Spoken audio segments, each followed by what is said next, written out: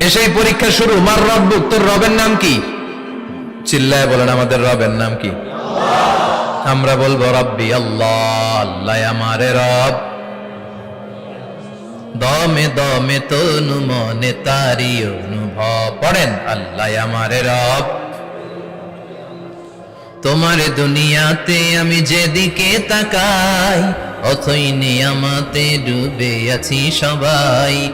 পাখপাখালির গানে শুনি তসবি কল রব, তসবি কল রব, আল্লাহ আমারে রব।